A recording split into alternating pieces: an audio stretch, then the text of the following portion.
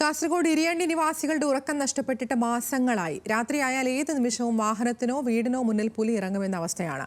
പലരുടെയും വളർത്തുനായ്ക്കളെ പുലി ഇതിനോടകം കൊണ്ടുപോയി. വനംവകുപ്പ് കൂട് സ്ഥാപിച്ചെങ്കിലും പരിഹാരമുണ്ടാകുന്നില്ല.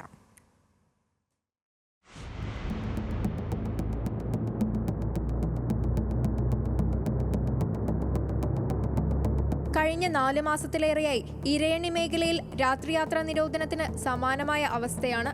രാത്രിയിൽ സഞ്ചരിച്ചവരെല്ലാം പല ഭാഗങ്ങളിലായി ഒറ്റയ്ക്കോ കൂട്ടത്തോടെയോ സഞ്ചരിക്കുന്ന പുലികളെ കണ്ടിട്ടുണ്ട്. ഇന്നലെ കൃത്യം 8:10 ഞാൻ ഇരയണ്ണിക്ക് പോവുമായിരുന്നു. വീട്ടിൽ നിന്ന് 8:10 പോകുമ്പോൾ വീട്ടിലേക്ക് പോകുമ്പോൾ ഞാൻ അവിടുന്ന് ഒരു ഇത്ര ഡിസ്റ്റൻസിലാണ് കണ്ടത്.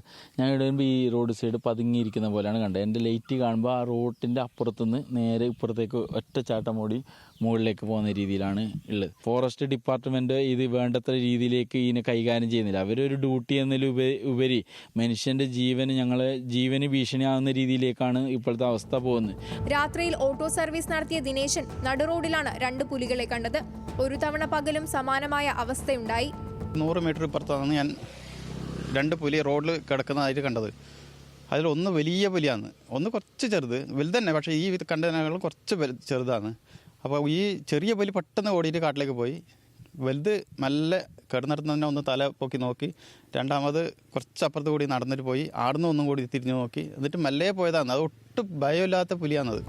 മണിയങ്കാട്ടെ മനോജിന്റെ നായയെയാണ് പുലി കൊണ്ടുപോയത്. പുലർച്ചെ 4 മണിയോടെ ശബ്ദം കേട്ട് പുറത്തിറങ്ങിയ മനോജ് മുറ്റത്ത് ഒന്നും കാണാത്തതിനാൽ തിരികെ വീട്ടിൽ കയറി. സെക്കൻഡുകൾക്കുള്ളിലാണ് വരാന്തയിലുണ്ടായിരുന്ന നായയെ കൊണ്ടുപോയത്. ചൊവ്വാഴ്ച രാവിലെ ഒരു 3:30-ക്കായിരുന്നു നായിനെ പിടിച്ചു കൊണ്ടുപോയത്. നമ്മൾ ഒരു 10 മിനിറ്റ് മുമ്പ് പുറത്തിറങ്ങി. അപ്പോൾ നായ ഇത് ഇവിടെ കിടന്നിട്ടുണ്ടായിരുന്നു. പിന്നെ ഒന്ന് സൗണ്ട് കേട്ടപ്പോൾ നമ്മൾ പുറത്തിറങ്ങുമ്പോഴേക്ക് നായിനെ കാണാനില്ല. അവിടെ ഇത് 2 കസേരയെല്ലാം വെച്ചിട്ടുണ്ടായിരുന്നു. അതൊന്നും ശ്രദ്ധിക്കാതെ ഇതുവഴി കയറിയിട്ട് അതുവഴി കൊണ്ടുപോയതായിട്ടാണ് തോന്നുന്നത്. സമാനമായ തെരുവ് നായ്ക്കളും കാട്ടുപോത്തുകളും പുലിയുടെ അക്രമത്തിനിരയായിട്ടുണ്ട്.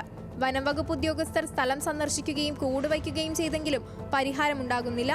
മനുഷ്യജീവൻ നഷ്ടമാവും മുൻപ് ശാശ്വത പരിഹാരം വേണമെന്നാണ് നാട്ടുകാരുടെ ആവശ്യം. ന്യൂസ് മലയാളം, കാസർഗോഡ്.